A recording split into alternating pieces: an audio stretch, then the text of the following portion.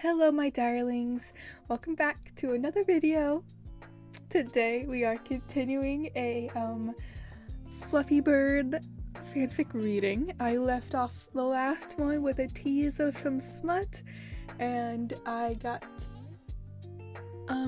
at least one person wanting me to continue with the sexual content, so that's what we're doing. That's all of this is gonna be. So if this is not for you, you might want to skip this video because I will just be finishing off this chapter, because again, the story I'm reading is just a one-shot, so this is all it is, and what it is smut.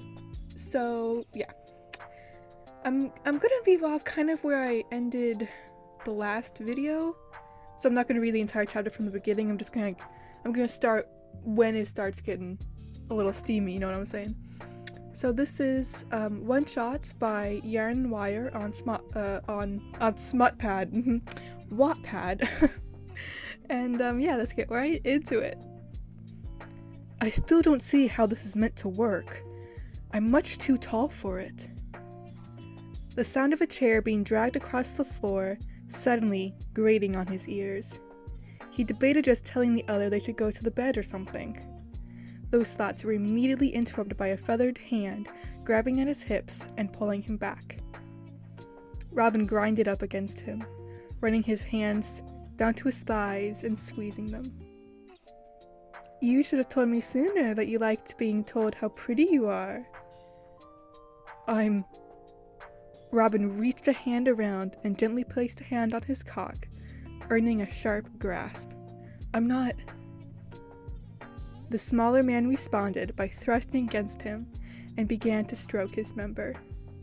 You are, with your perfect thighs and your long hair. I only wonder if those sounds are going to be as beautiful.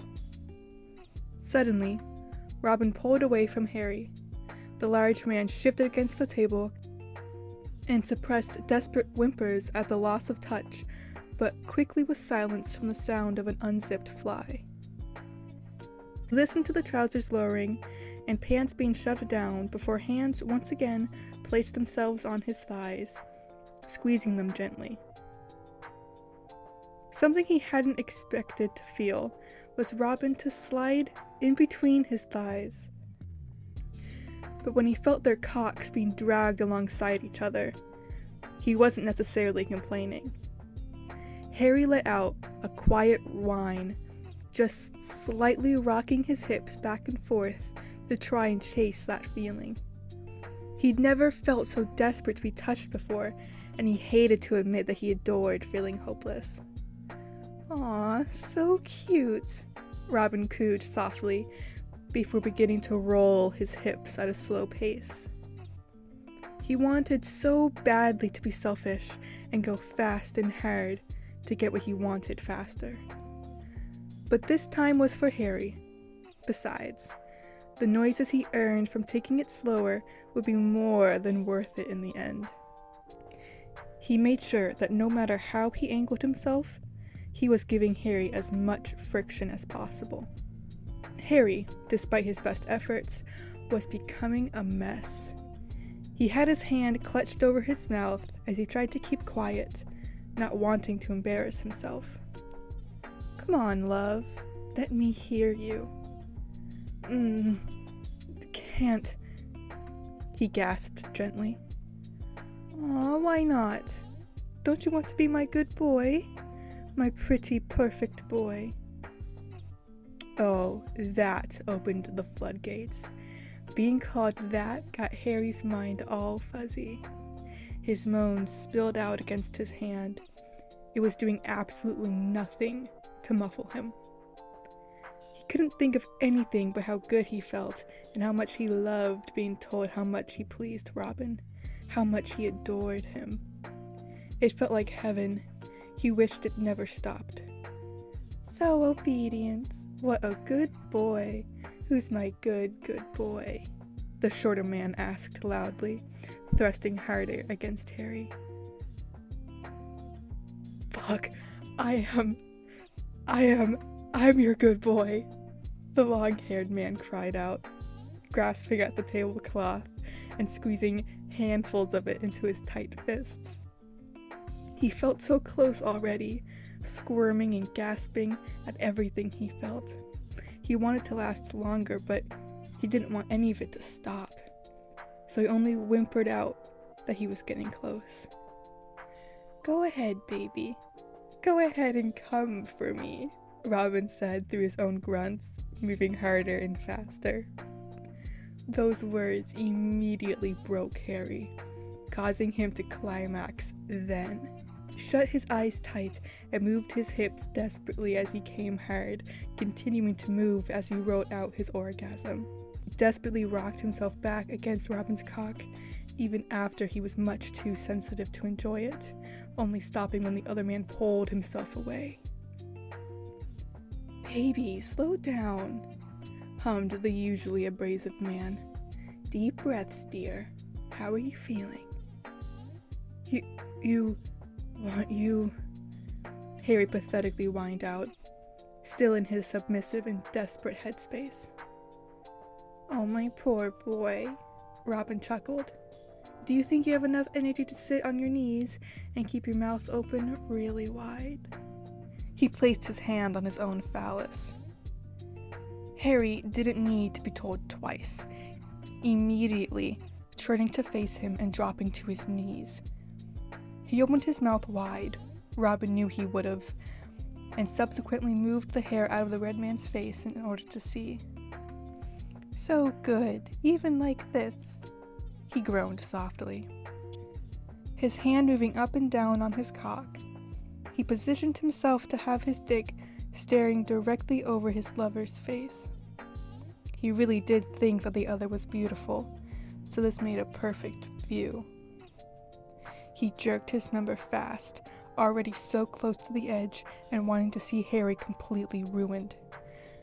The blissed out look in the other's eyes, the way he trembled as he felt surges of pleasure in his tired body, the way he made gentle noises even after he was taken care of.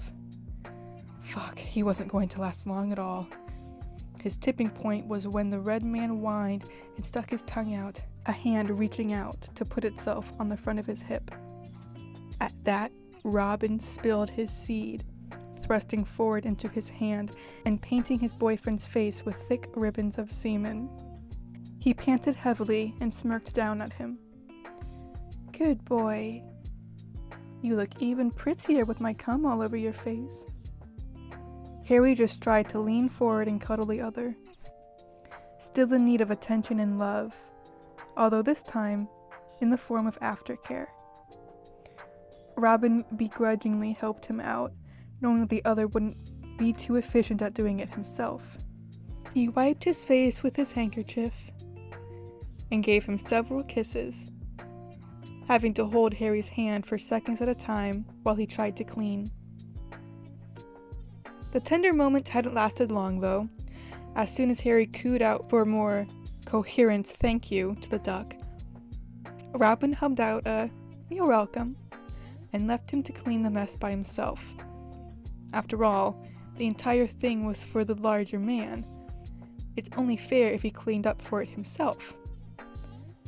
Although, he did get his fantasy of driving Harry to desperation, so it really wasn't so selfless after all.